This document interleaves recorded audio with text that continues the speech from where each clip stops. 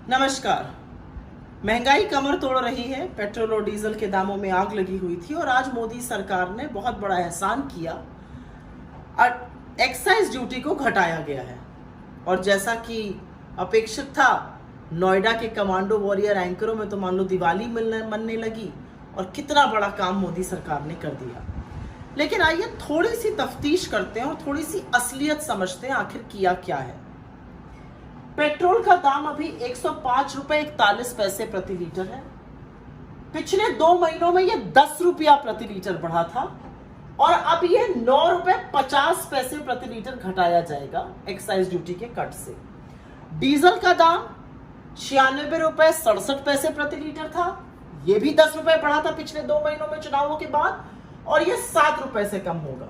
तो आप देख सकते हैं कि दोनों दाम 2 महीने के पहले वाला जो लेवल था उससे ऊपर ही रहेंगे, उसके नीचे नहीं जाएंगे। 2 महीनों में 10-10 रुपए की बढ़त हुई थी पेट्रोल और डीजल पर। तो पहली बात यह कहनी जरूरी है कि जस का तस मामला 2 महीने पहले का हुआ है। अब आइए बात करते हैं कि 2014 में जब यूपीए की सरकार थी तो पेट्रोल पर एक्साइज ड्यूटी लगती थी 9 रुपए 48 पैसा और डीजल पर लगती थी 3 रुपए 56 पैसा। ये एक्साइज बढ़ाकर मोदी सरकार 27 रुपए 90 पैसे प्रति लीटर पर ले गई पेट्रोल के लिए और 21 रुपए 80 पैसे पर लीटर ले गई डीजल के लिए। आज के घटाने के बाद 19 रुपए 90 पैसे प्रति लीटर एक्साइज पेट्रोल की रहेगी और 15 रुपए 80 पैसे 28 प्रति लीटर डीजल की रहेगी। 1990 कंपेयर करिए 948 से और 1580 कंपेयर करिए 356 से।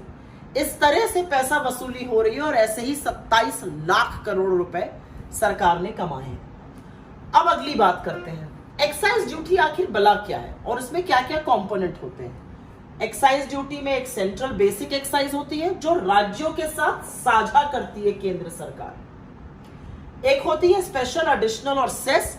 ये सिर्फ और सिर्फ केंद्र सरकार रखती है और ये करीब 68% हिस्सा हो जाता है।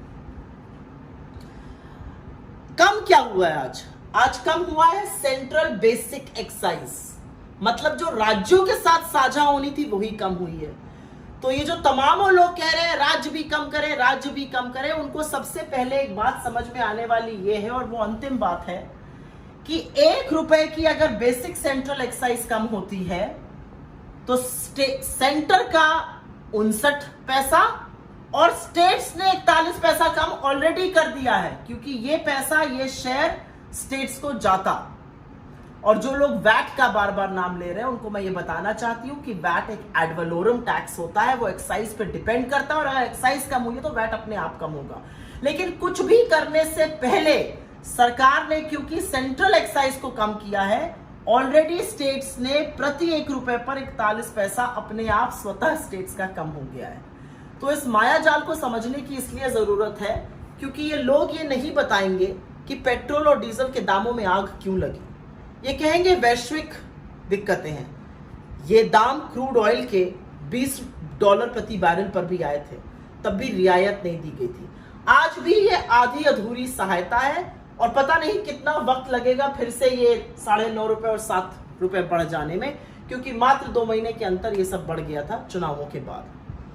तो आंकड़ों को समझिए, दिमाग को खोलिए और सवाल पूछिए, क्योंकि ये पैसे सरकार के नहीं है, ये पैसे आपसे ही लूटकर आपको ही वापस थोड़े कम रूप में दिए जा रहे हैं और वाहवाही लूटी जा रही है।